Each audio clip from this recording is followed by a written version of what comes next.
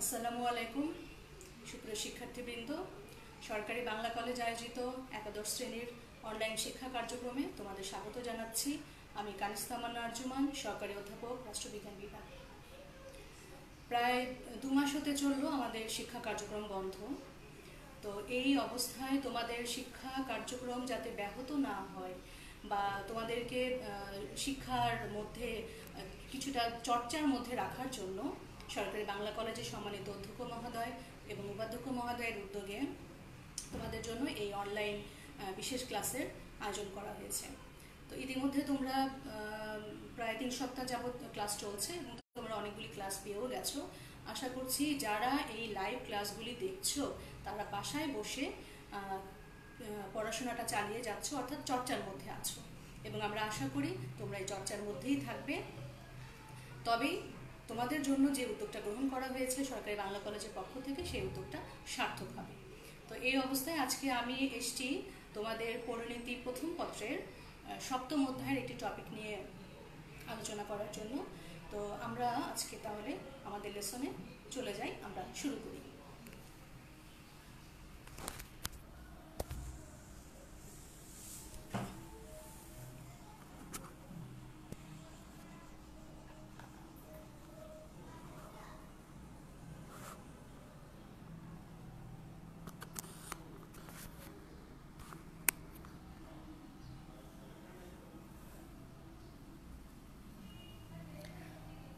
পরিণতি প্রথম পত্রের 7ম অধ্যায় থেকে আমি শাসন বিভাগটাকে আজকে বাছাই করেছি তোমাদের জন্য। শাসন বিভাগ সম্পর্কে আমরা আজকে একটু আলোচনা করব। যদিও এই অধ্যায় আমি তোমাদের ক্লাসে পড়িয়েছিলাম, তারপরেও আমরা একটু রিভাইজ করছি, সব কিছু আমরা রিভাইজে যাচ্ছি যাতে তোমরা ভুলে না যাও। আচ্ছা, 7ম অধ্যায়ের শাসন বিভাগের এই চ্যাপ্টারে আমরা শাসন বিভাগের ক্ষমতা, কার্যাবলী, শাসন বিভাগের ক্ষমতা বৃদ্ধির কারণ, এই অংশগুলি আমরা আজকে পড়ব। তো প্রথমে বলি যে রাষ্ট্রের ইচ্ছা অনিচ্ছা এবং বিধি বিধান প্রকাশের জন্য সরকারের বহুবিধ কার্যাবলী সম্পাদন করতে হয় এবং সরকারের এই কার্যাবলীকে 3 ভাগে ভাগ করা হয়: আইন সংক্রান্ত কাজ, শাসন সংক্রান্ত কাজ এবং বিচার সংক্রান্ত কাজ।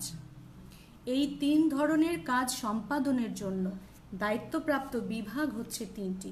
আইন বিভাগ, তোমরা জানো আইন বিভাগের কাজ হচ্ছে আইন তৈরি করা। শাসন বিভাগের কাজ হচ্ছে সেই আইনকে বাস্তবায়ন করা, এবং বিচার বিভাগ তো আমরা জানি যে বিচার সংক্রান্ত যে কাজগুলি সেটা বিচার বিভাগ করে থাকে। আমরা শাসন বিভাগ সম্পর্কে আজকে পড়ব। তো শাসন বিভাগের সংজ্ঞা দেখো যে সরকারের যে বিভাগ আইন অনুযায়ী রাষ্ট্রের শাসন কাজ পরিচালনা করে তাকে শাসন বিভাগ বলে। যে বিভাগ আইন অনুযায়ী রাষ্ট্রের শাসন কাজ পরিচালনা করে তাকে শাসন বিভাগ বলে। অধ্যাপক ফাইনারের মতে শাসন সংশ্লিষ্ট কাজের সাথে সকল ব্যক্তির সমন্বয়ে গঠিত বিভাগই শাসন বিভাগ। শাসন সংশ্লিষ্ট কাজের সাথে সকল ব্যক্তির সমন্বয়ে গঠিত বিভাগই শাসন বিভাগ। এখানে শাসন বিভাগকে কিন্তু আমরা বেশ কয়েকটি ভাবে ব্যাখ্যা করতে পারি, যেমনটা সীমিত অর্থে, ব্যাপক অর্থে, এই 2 ভাবে বলা যায়। ব্যাপক অর্থে যদি আমরা বলি তাহলে রাষ্ট্রপ্রধান থেকে শুরু করে গ্রাম্য পুলিশ পর্যন্ত সকলেই কিন্তু শাসন বিভাগের অন্তর্ভুক্ত।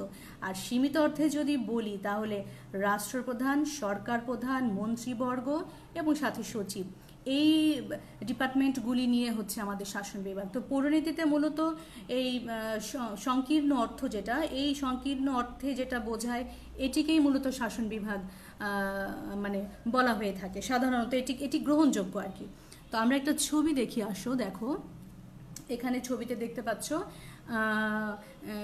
এটি হচ্ছে আমাদের বাংলাদেশের প্রেক্ষিতে যদি আমি ব্যাখ্যা করি বিষয়টা, এটি আমাদের রাষ্ট্রপতির কার্যালয় বঙ্গভবন, এটি প্রধানমন্ত্রী কার্যালয় গণভবন, এবং এটি হচ্ছে প্রধানমন্ত্রীর নেতৃত্বাধীন যে মন্ত্রী পরিষদের যে মিটিং, সেই মিটিংয়ের একটা ছবি। অর্থাৎ তাহলে এই 3টি গ্রুপ, এই 3টি প্রতিষ্ঠানকে নিয়েই আমরা বলতে পারি যে আমাদের মূল শাসন বিভাগ এই 3টি প্রতিষ্ঠান, অর্থাৎ রাষ্ট্রপ্রধানের কার্যালয়, প্রধানমন্ত্রী কার্যালয় এবং মন্ত্রিপরিষদ, এই 3টি গ্রুপ নিয়ে আমাদের শাসন বিভাগ।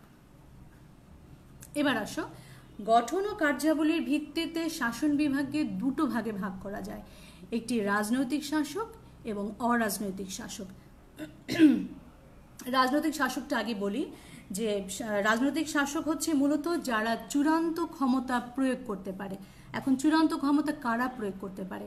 আমরা তো ভোট দেই, তাই না? জনগণ আমরা ভোট দেই। কাদেরকে ভোট দেই? আমরা প্রতিনিধি নির্বাচন করি। একটি দলের অনেকগুলি রাজনৈতিক দল থেকে নির্বাচিত হওয়ার জন্য প্রতিনিধিরা নির্বাচনে দাঁড়ান এবং আমরা পছন্দ করে তাদেরকে ভোট দিয়ে তাদেরকে কোথায় পাঠাই? জাতীয় সংসদ বা আমাদের আইন বিভাগে পাঠাচ্ছি। তাহলে এই যে এরাই হচ্ছে রাজনৈতিক শাসক, এবং এই রাজনৈতিক শাসকগণ তাদের কাজের জন্য প্রত্যক্ষভাবে দায়ী থাকে আইনসভার নিকট এবং পরোক্ষভাবে কিন্তু আমাদের নিকট, অর্থাৎ জনসাধারণের নিকট। তাহলে রাজনৈতিক শাসক বলতে আমরা কাদেরকে বুঝলাম? যারা রাজনৈতিক শাসকগণ চূড়ান্ত ক্ষমতা প্রয়োগ করতে পারেন এবং জনগণ কর্তৃক নির্দিষ্ট সময়ের জন্য নির্বাচিত হন। এবং উদাহরণ যদি দেই তাহলে সেখানে প্রধানমন্ত্রী আসবেন, সেখানে মন্ত্রিসভার সদস্যবৃন্দ আসবেন, রাষ্ট্রপতির উপদেষ্টা আছে, প্রধানমন্ত্রীর উপদেষ্টা আছে, এই সমস্ত ব্যক্তিবর্গ রাজনৈতিক শাসকের অন্তর্ভুক্ত। দ্বিতীয়ত হচ্ছে অরাজনৈতিক শাসক। অরাজনৈতিক শাসক বলতে কি বোঝায়? তোমরা আমার মনে হয় যে এটা পারার কথা, যে যারা সরাসরি রাজনীতির সাথে জড়িত নন, অর্থাৎ এই রাজনীতির সাথে জড়িত নন কিন্তু প্রশাসনের সাথে জড়িত। কারা দ্বারা? তারা হচ্ছেন রাষ্ট্রের স্থায়ী বেতনভুক্ত পেশাদার দক্ষ কর্মচারী। আমরা কিন্তু এদেরকে আমলা হিসেবে জানি। তোমরা আমলাতন্ত্রের একটা চ্যাপ্টার আছে তোমাদের বইতে, ফার্স্ট পেপারেই আছে, তোমরা পড়েছো যে আমলা রাষ্ট্রের স্থায়ী বেতনভুক্ত পেশাদার দক্ষ কর্মচারীদেরকে আমরা আমলা বলি, বা পদবিতে তারা হচ্ছেন সচিব পর্যায়ে কাজ করেন। এনারাই হচ্ছেন অরাজনৈতিক শাসক। তাহলে এই অরাজনৈতিক শাসক কি করেন? এই যে নীতির, যে মন্ত্রীরা যে নীতিটা তৈরি করে দিচ্ছেন সেই নীতিটা বাস্তবায়ন করেন। তাহলে শাসন বিভাগকে কার্যাবলীর গঠন এবং কার্যাবলীর ভিত্তিতে আমরা দুটো ভাগে ভাগ করলাম, রাজনৈতিক শাসক এবং অরাজনৈতিক শাসক। তোমাদের একটা ছবি দেখাই, দেখো। এই যে বললাম যে আমরা যাদেরকে ভোট দিচ্ছি তারা আইনসভায় গিয়ে বসছেন, এবং রাজনৈতিক শাসক তাদেরকে আমরা রাজনৈতিক শাসক বলছি। তারা মূলত এখানে বসে তাদের কাজ করেন। আর সচিবালয় একটা ছবি দিয়েছি, যেহেতু আমলাদের কথা বললাম, আমলারা এই প্রশাসনের এই বিল্ডিংয়ে বসে তারা তাদের নীতি বাস্তবায়ন সংক্রান্ত কাজ করে থাকেন। এবার আসো শাসন বিভাগের কার্যাবলী। আচ্ছা, শাসন বিভাগের কার্যাবলী জানো যে বর্তমানে রাষ্ট্র আমরা বলি, প্রায় সব রাষ্ট্র এই পৃথিবীর কল্যাণমূলক রাষ্ট্র। এবং পৌরনীতিতে তোমরা পড়েছো যে একটা সময় রাষ্ট্র ছিল পুলিশি রাষ্ট্র। পুলিশি রাষ্ট্র অর্থাৎ শুধুমাত্র রাষ্ট্রের শান্তি শৃঙ্খলা রক্ষা সংক্রান্ত, জনগণের সম্পত্তি রক্ষা সংক্রান্ত এই সংক্রান্ত কাজই করত। কল্যাণমূলক কোনো কাজের মধ্যে নিয়োজিত তখনও রাষ্ট্র ছিল না। এখন এসে বর্তমানে রাষ্ট্র পুলিশি রাষ্ট্র থেকে বেরিয়ে এখন কল্যাণমূলক রাষ্ট্রের মধ্যে চলে এসছে। অর্থাৎ এখন রাষ্ট্রের অধিকাংশ কাজই হচ্ছে কল্যাণ সংক্রান্ত কাজ। কিন্তু প্রথম কাজ হিসেবে আমরা কিন্তু তারপরেও বলবো যে অভ্যন্তরীণ শান্তি শৃঙ্খলা রক্ষা সংক্রান্ত কাজ। এখানে কি করছে? এখানে তোমার আইন বিভাগ প্রণীত আইন অনুযায়ী দেশ পরিচালনা করা হচ্ছে, আইন শৃঙ্খলা রক্ষা সংক্রান্ত কাজ করছে, জনগণের নিরাপত্তা বিধান সংক্রান্ত কাজ করছে। হ্যাঁ, এছাড়া প্রয়োজনীয় লোকবল নিয়োগ দেওয়া, পরিচালনা করা এবং বিভিন্ন বিভাগের মধ্যে সমন্বয় রক্ষা করা সংক্রান্ত কাজ অভ্যন্তরীণ শান্তি শৃঙ্খলা বা শাসন সংক্রান্ত কাজের মধ্যে পড়ছে। ওকে, নেক্সট আমরা দেখছি পররাষ্ট্র সংক্রান্ত কাজ। এখানে একটা ছবি দেখতে পাচ্ছ তোমরা, বাংলাদেশের রাষ্ট্রপতির ছবি, এবং এই ভদ্রলোক ইনি একজন বিদেশি রাষ্ট্রদূত, এবং নিয়ম হচ্ছে বিদেশি রাষ্ট্রদূত রাষ্ট্রপতির কাছে তার জয়নিং লেটার, মানে উনি এসে রাষ্ট্রপতির কাছে তার জয়েন করবেন। এবং এই ছবিটি হচ্ছে, এখানে আমাদের প্রধানমন্ত্রীকে দেখা যাচ্ছে, আর নিচে টেবিলে বসে দুজন প্রশাসনিক কর্মকর্তা চুক্তি সংক্রান্ত কাগজে তারা চুক্তিতে সই করছেন। অর্থাৎ কি, পররাষ্ট্র সংক্রান্ত কাজের মধ্যে এই দুটো কাজ পড়ে। কীরকমভাবে দেখো, যে বর্তমানে রাষ্ট্র তো কোনো রাষ্ট্র এককভাবে চলতে পারে না। অর্থাৎ বিশ্বের সকল স্বাধীন এবং সার্বভৌম রাষ্ট্র পরস্পরের ওপর নির্ভরশীল। সেটা রাজনৈতিকভাবে হতে পারে, বাণিজ্যিকভাবে হতে পারে, সামরিক দিক থেকে হতে পারে, আচ্ছা, সামরিক দিক থেকে হতে পারে এবং সব দিক থেকেই মূলত আমরা একটি রাষ্ট্র অপরাপর রাষ্ট্রের সাথে আমরা সম্পর্কটা এভাবেই বজায় রাখি এবং এই সম্পর্ক রাখার জন্য আমাদেরকে কি করতে হয়, সন্ধি করতে হয়, চুক্তি সম্পন্ন করতে হয়।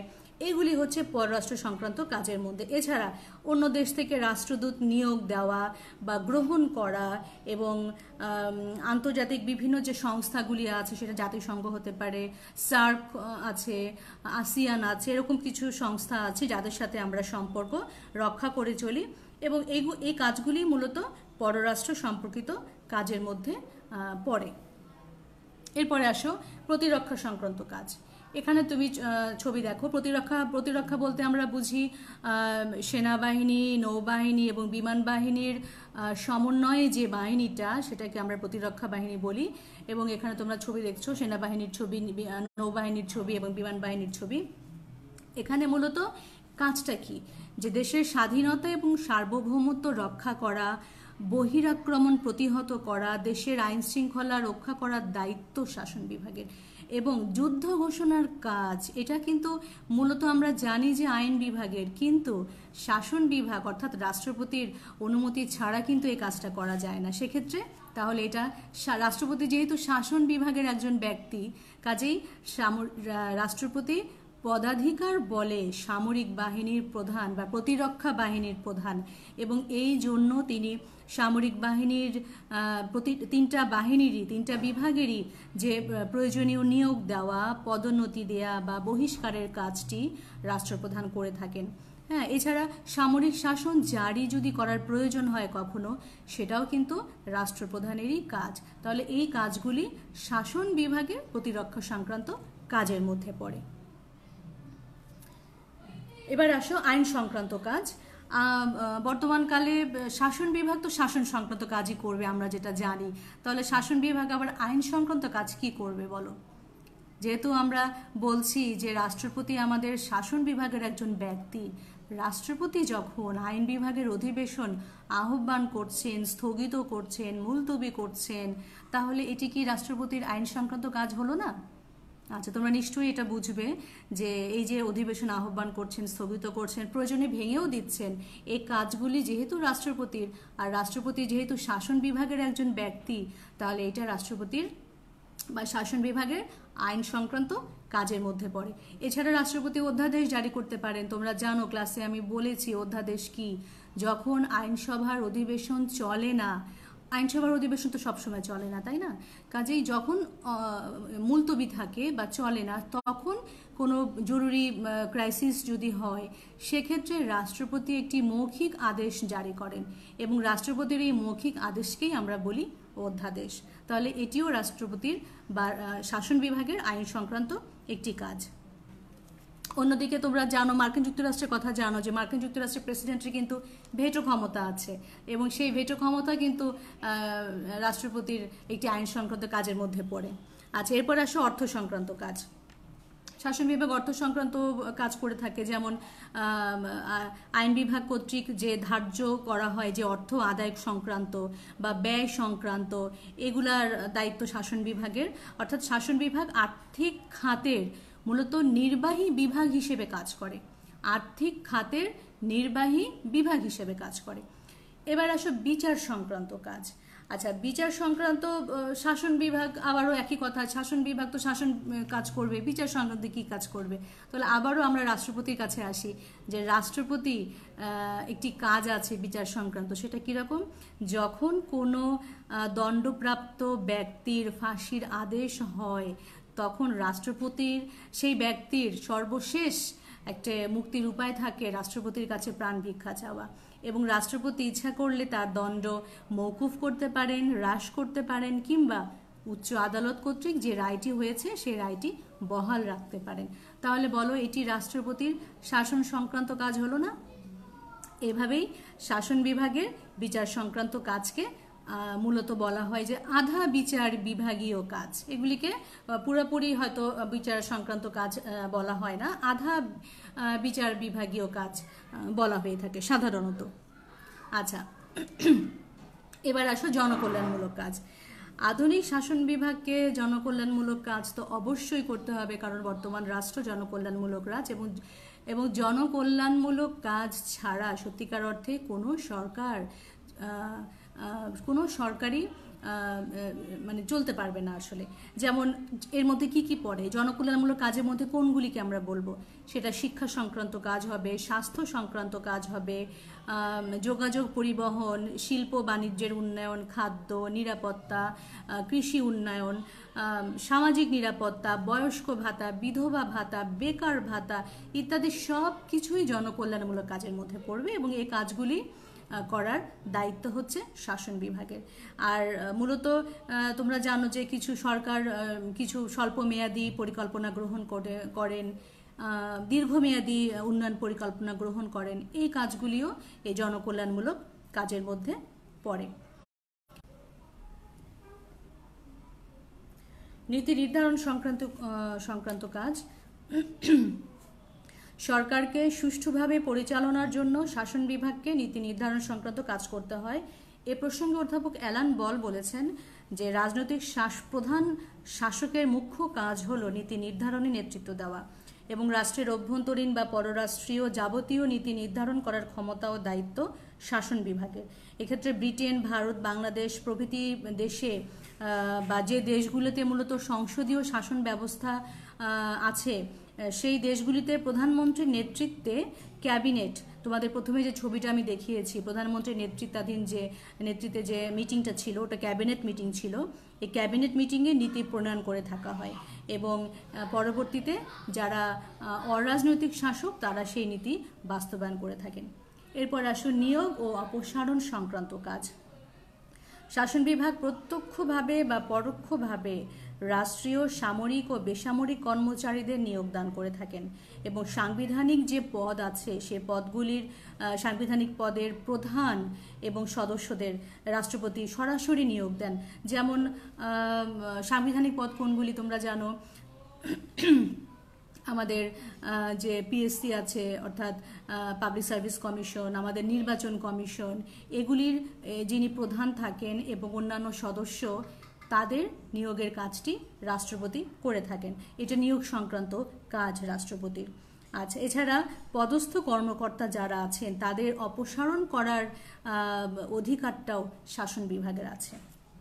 তো মূলত এগুলি হচ্ছে শাসন বিভাগের ক্ষমতা ও কার্যাবলী। এখন আমরা এই আলোচনা থেকে মূলত এটা কিন্তু বুঝে যাই যে শাসন বিভাগের ক্ষমতা বর্তমানে বৃদ্ধি পাচ্ছে, এবং সেটা শুধু বাংলাদেশের প্রেক্ষিতে না, এটা সারা বিশ্বেই, সারা ওয়ার্ল্ডেই যদি আমরা দেখি শাসন বিভাগের ক্ষমতাটা বৃদ্ধি পাচ্ছে। এই বৃদ্ধি পাওয়ার কিছু কারণ আছে, সেই কারণগুলি আমরা এখন আলোচনা করি। আচ্ছা, কারণগুলি দেখো। প্রথম বলছে যে শাসন বিভাগের ওপর জনগণের আস্থা। আচ্ছা, আধুনিক কালে কল্যাণকামী রাষ্ট্রের শাসন বিভাগকে সরাসরি যেহেতু নীতি নির্ধারণ এবং কার্যকরী করতে হয়, কাজে জনগণ কিন্তু শাসন বিভাগের ওপর সেই কারণে অধিক আস্থাশীল, এবং এতে করে শাসন বিভাগের ক্ষমতা বৃদ্ধি পাচ্ছে। অর্থাৎ মূলত আমরা এই যে প্রত্যেকটা এলাকায় যাদেরকে আমরা কাজ করতে দেখি, সেই এলাকার উন্নয়নের জন্য এটা কিন্তু আমরা শাসন বিভাগের যিনি ব্যক্তি, যারা শাসন বিভাগের অন্তর্ভুক্ত যারা ব্যক্তি, মূলত কিন্তু আমরা তাদেরকেই বেশি দেখি। ঠিক আছে? তো এই কারণে শাসন বিভাগের ওপর জনগণের আস্থাটা কি বেড়ে গেছে। এই আস্থা বেড়ে যাওয়ার কারণেও শাসন বিভাগের ক্ষমতা বৃদ্ধির একটি কারণ। এবার আসো অর্পিত ক্ষমতা প্রসূত আইন। আচ্ছা, অর্পিত ক্ষমতা প্রসূত আইন মানে হচ্ছে যে ক্ষমতাটা আমি আরেকজনের কাছে হ্যান্ড ওভার করে দিলাম। এটা কিভাবে হয়? মূলত শাসন জনকল্যাণমূলক রাষ্ট্রের যেহেতু কাজ বৃদ্ধি পাচ্ছে প্রতিনিয়ত, ফলে আইনসভার পক্ষে এই বিস্তৃত যে কার্যাবলীটা, এটার বিভিন্ন জটিল দিকের প্রতি সূক্ষ্ম দৃষ্টি রাখাটা সম্ভব হয় না আইন বিভাগের, যার জন্য আইন বিভাগ হচ্ছে শুধু আইন তৈরি করে ছেড়ে দিচ্ছে, আর শাসন বিভাগের উপর এটি দায়িত্বটা পড়ছে বাস্তবায়ন করার। এবং এই যে আইন বিভাগ আবার কিছু আইনও ছেড়ে দিচ্ছে শাসন বিভাগের হাতে, যে তোমরা আইন তৈরি করে দাও, এই যে ছেড়ে দিচ্ছে, এটাকেই আমরা বলি হস্তান্তরিত বা অর্পিত আইন। এবং আমাদের বাংলাদেশের প্রেক্ষিতে যদি আমরা বলি, তাহলে বাংলাদেশের জাতীয় সংসদ এই প্রক্রিয়ায় কিন্তু আইন প্রণয়নের বেশ কিছু ক্ষমতা শাসন বিভাগকে প্রদান করেছে, ফলে শাসন বিভাগের ক্ষমতা বৃদ্ধি পাচ্ছে। আচ্ছা, এবার আসো বিশেষ জ্ঞানের অভাব। এটা একটা ইম্পর্টেন্ট পয়েন্ট শাসন বিভাগের ক্ষমতা বৃদ্ধির কারণ। কেন? দেখো যে আধুনিক গণতান্ত্রিক শাসন ব্যবস্থায় তো আসলে মূলত অনেক কিছুকে আমরা, অনেক অধিকারকে আমরা মূল্য দেই। সেক্ষেত্রে আইনসভার সদস্যপদ লাভের জন্য মূলত কোনো দেশেই এটা নাই যে আইনসভার সদস্য হওয়ার জন্য তোমার একটা শিক্ষাগত যোগ্যতাকে যে মাপকাঠি হিসেবে দাঁড় করিয়ে দেবে তা নয় কিন্তু। অর্থাৎ মিনিমাম যে বয়সটা দরকার আমাদের বাংলাদেশের প্রেক্ষিতে 25 যে 25 বছর বয়স যার থাকবে সেই আইনসভার সদস্যর হওয়ার জন্য প্রার্থী হিসেবে দাঁড়াতে পারবে। ঠিক আছে, এখানে কোনো শিক্ষাগত যোগ্যতার কোনো মানদণ্ড বলা হয়নি, যার জন্য দেখা যাচ্ছে যে আইনসভায় অধিকাংশ সদস্য হয় অল্প শিক্ষিত বা অর্ধশিক্ষিত বা অশিক্ষিত, এরকম একটা ব্যাপার হয়ে গেছে। ফলে এই সমস্ত সাধারণ সদস্যদের পক্ষে আইন প্রণয়নের যে কলা কৌশল, এই জ্ঞানটা থাকে না।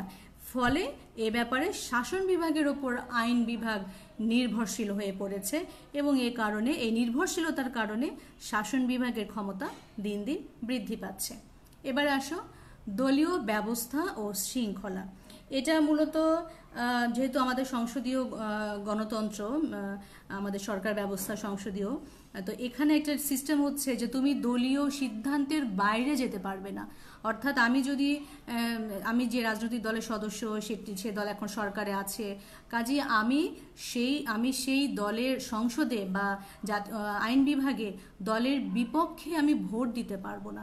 সেই দলের সেই সিদ্ধান্ত যদি আমার মনোপুত না হয়, আমি যদি তার বিপক্ষেও থাকি, কিন্তু তবুও আমি এই দলীয় শৃঙ্খলার কারণে আমি দলের সিদ্ধান্তের বাইরে যেতে পারবো না। তো মূলত এই সিস্টেমটাও শাসন বিভাগের ক্ষমতাকে বৃদ্ধির জন্য একটা সুযোগ করে দিয়েছে। আচ্ছা, এরপরে দেখি কি আছে, জনসংযোগ বৃদ্ধি। আধুনিক গণতান্ত্রিক ব্যবস্থায় জনগণের বিভিন্ন সমস্যার সমাধানে শাসন বিভাগের যারা মন্ত্রী, সেই মন্ত্রীদের দ্রুত এবং কার্যকরী সিদ্ধান্ত গ্রহণের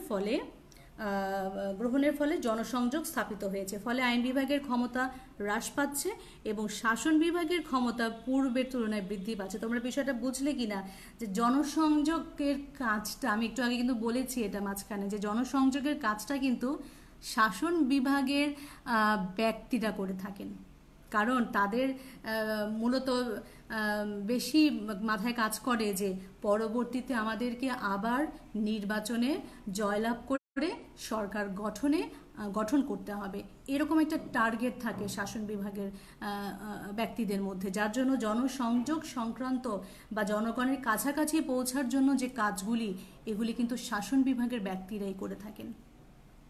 আচ্ছা, এরপরে অর্থনৈতিক কার্য সম্পাদন। অর্থনৈতিক কার্যের মধ্যে যে বার্ষিক বাজেট প্রণয়ন, মুদ্রা নিয়ন্ত্রণ, বাণিজ্য চুক্তি সম্পাদন অন্য দেশের সাথে, এই কাজগুলি অর্থনৈতিক কার্য হিসেবে গণ্য হয় এবং এই কাজগুলি শাসন বিভাগকেই করতে হয় এবং এই কাজগুলি সম্পাদন করতে গিয়ে শাসন বিভাগ আসলে অনেক অধিক ক্ষমতার অধিকারী হয়ে গেছে। সিদ্ধান্ত গ্রহণে আইন বিভাগের দীর্ঘসূত্রিতা। আচ্ছা, আমরা জানি যে আইন বিভাগের অধিবেশন সবসময় চলে না, অর্থাৎ আমাদের দেশের প্রেক্ষিতে যে সিস্টেমটা, যে 90 দিনের বেশি বিরতি হবে না, অর্থাৎ 90 দিনের মধ্যে তোমাকে আবার জাতীয় সংসদ বা আইন বিভাগের অধিবেশন শুরু করতে হবে। ঠিক আছে, তাহলে এই যে মাঝখানের সময়টা আইন বিভাগের থাকে না, অধিবেশন চলে না, সেই সময়ে আমাদের কোনো ইম্পর্টেন্ট জরুরি প্রয়োজনে কোনো সিদ্ধান্ত গ্রহণ হতে পারে, কিংবা একটা ক্রাইসিস যদি আসে, সেক্ষেত্রে আইন বিভাগের যে সদস্য সংখ্যা, সবাইকে নিয়ে মিটিং করে সিদ্ধান্ত গ্রহণ করতে গেলে অনেকটা লেন্দি প্রসেস হয়ে যায়। এবং যেহেতু শাসন বিভাগের সদস্য সংখ্যা কম, সেটা আমাদের দেশের প্রেক্ষিতে বললে ম্যাক্সিমাম 40-45 এরকম হতে পারে। তো এই 40 জনকে নিয়ে যদি আমি সিদ্ধান্তটা নিয়ে নিই, সেটা চট করে হয়ে যায়। কাজেই এই কারণেও আইন বিভাগের তুলনায় শাসন বিভাগের ক্ষমতা বৃদ্ধি পাচ্ছে। আচ্ছা, নেক্সট, শাসন বিভাগকে নিয়ন্ত্রণে অপারগতা। সাম্প্রতিককালে আইনসভা যে পদ্ধতিতে শাসন বিভাগকে নিয়ন্ত্রণ করছে তা মূলত আধুনিক সরকারের কার্যাবলী বৃদ্ধির তুলনায় যথেষ্ট নয়, ফলে শাসন বিভাগের ক্ষমতা দিন দিন বৃদ্ধি পাচ্ছে। আচ্ছা, মূলত এই পয়েন্টগুলি হচ্ছে আমাদের শাসন বিভাগের ক্ষমতা বৃদ্ধির কারণ। তাহলে আমরা বুঝে যাচ্ছি যে বর্তমানে অপরিহার্যভাবেই শাসন বিভাগের ক্ষমতা এবং কার্যাবলী বেড়ে যাচ্ছে। তবে এটি নেতিবাচকভাবে আমরা গ্রহণ করব না, এটিকে আমরা ইতিবাচকভাবেই গ্রহণ করব, কারণ শাসন বিভাগকে কিন্তু তার কাজের জন্য স্বচ্ছতা এবং জবাবদিহিতা নিশ্চিত করতে হয়, এবং শাসন বিভাগের জবাবদিহিতা প্রথমত আইন বিভাগের কাছে এবং দ্বিতীয়ত জনগণের কাছে। তো নয়তো কোনো রাষ্ট্রই কল্যাণকর রাষ্ট্রের যে উদ্দেশ্যটা, সেই উদ্দেশ্যটা ব্যাহত হবে, রাষ্ট্রের সুশাসন নিশ্চিত হবে না। সো রাষ্ট্রের সুশাসন নিশ্চিত করার জন্য শাসন বিভাগের কাজ যদিও বৃদ্ধি পাচ্ছে, তবে আমরা এটিকে অবশ্যই পজিটিভলি গ্রহণ করব। তো মূলত এই ছিল আমাদের আলোচনা।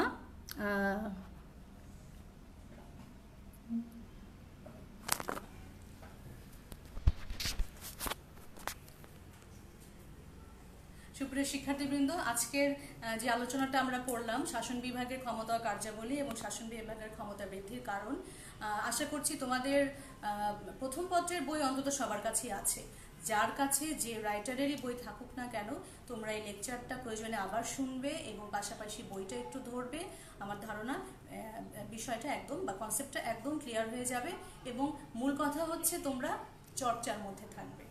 পড়াশোনার চর্চার মধ্যে না থাকলে তোমার যত ভালোই থাকুক না কেন পড়াটা, একটা সময় তুমি এটা তোমার মেমোরি থেকে লস হয়ে যাবে। কাজেই চর্চার মধ্যে থাকবে এবং আমাদের বাংলা কলেজের এই উদ্যোগকে তোমরা সাফল্যমণ্ডিত করবে, এই কামনা করছি। সবাই ভালো থাকবে, সুস্থ থাকবে এবং সবাইকে ঈদ মোবারক।